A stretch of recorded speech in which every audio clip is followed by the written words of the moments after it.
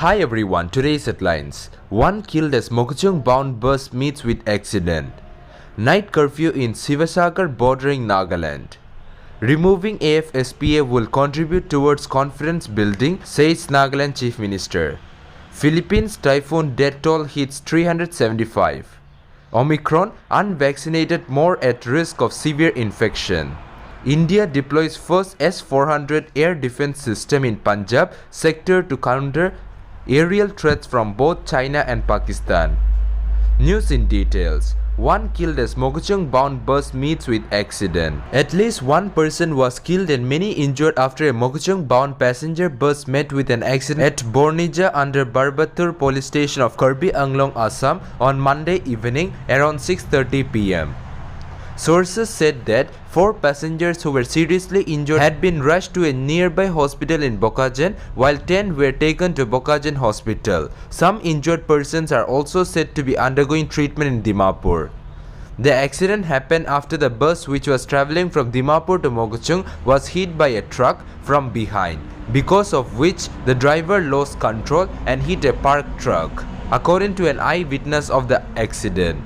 Night curfew in Sivasagar bordering Nagaland. The additional district magistrate Sivasagar, Assam has reinforced night curfew from 6 p.m. to 6 a.m. in the 5-kilometer belt in Assam side of Sivasagar district bordering Nagaland with effect from December 18 for a period of 60 days. The curfew has been imposed as a precautionary measure to prevent occurrence of anti-social elements and unlawful activities in the Assam-Nagaland border in the belt of Sivasagar district, read the order which was issued by the DIPR.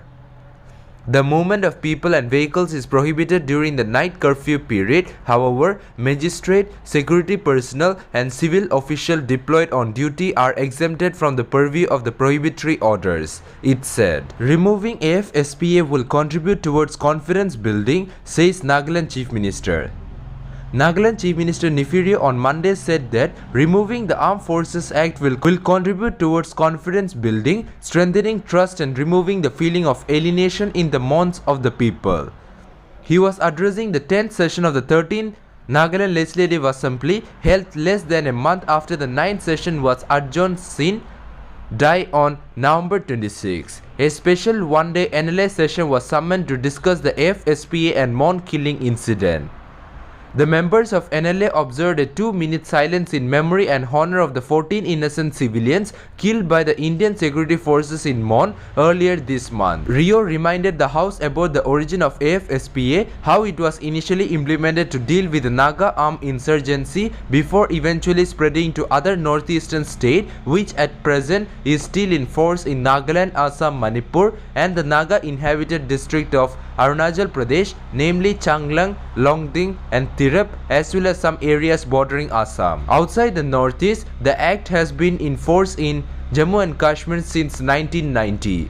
The CM expressed dismay over the law, which was used by the British to suppress the Indian freedom movement, being implemented in some parts of the country even today. Philippines typhoon death toll hits 375. The death toll from the strongest typhoon to batter the Philippines this year climbed to 375, with more than 50 others still missing and several central provinces struggling with down communication and power outages and pledging for food and water, officials said Monday.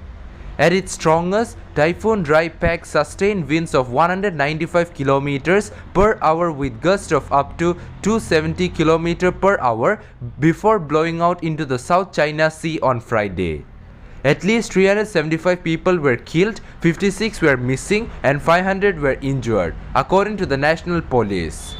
The toll may still increase because several towns and villages remain out of reach due to the down communication and power outages, although massive cleanup and repair efforts were underway. Omicron, unvaccinated more at risk of severe infection. Dr. Ankeli, who first identified Omicron, has said that the new COVID variant might cause serious infection in unvaccinated people, the senior doctor said so far. She hasn't seen a severe case of Omicron but cautioned that people who have been taken the vaccine shots might have to be admitted to the hospital. Chairperson of the South African Medical Association, however, cautioned people against Omicron, saying, "So far the study and her experience suggests that the new variant of coronavirus has a higher transmissibility than the Delta variant." India deploys first S-400 air defense system in Punjab sector to counter aerial threats from both China and Pakistan.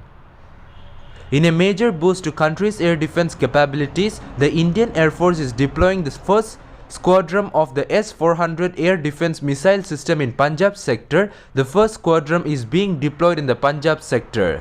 The batteries of the first squadron would be capable of taking care of aerial threats from both Pakistan and China, government sources told ANI. Parts of the Russian missile system had started reaching India earlier this month, and the unit is expected to be operationalized in the next few weeks, they said.